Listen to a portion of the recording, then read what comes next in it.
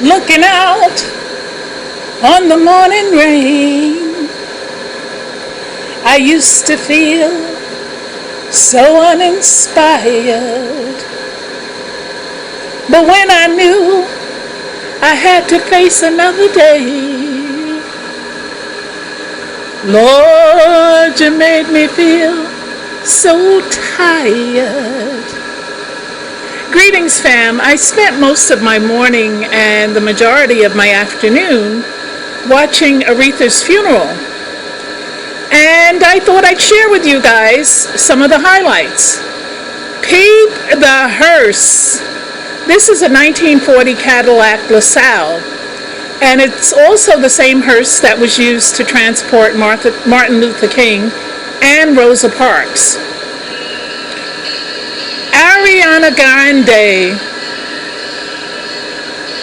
tore down the house with her rendition of Aretha's song. I'm going to let you hear it. I'm going to be quiet for a minute.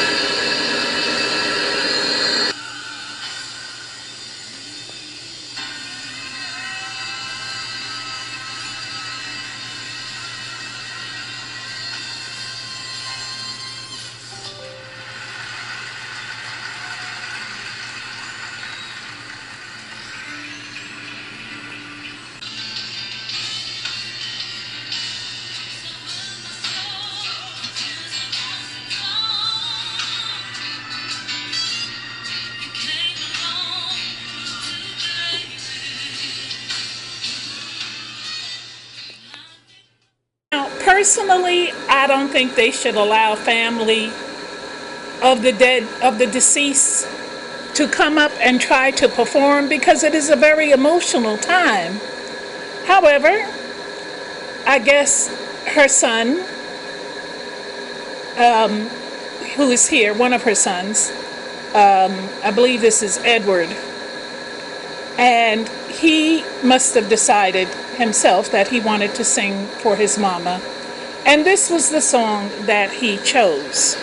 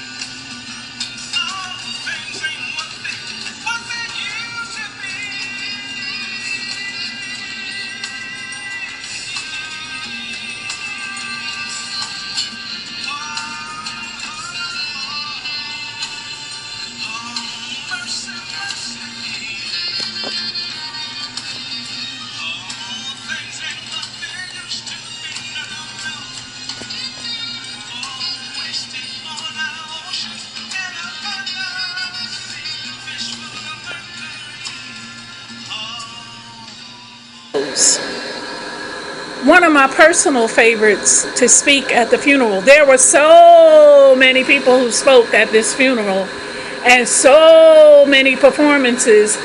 This had to be the longest funeral in history.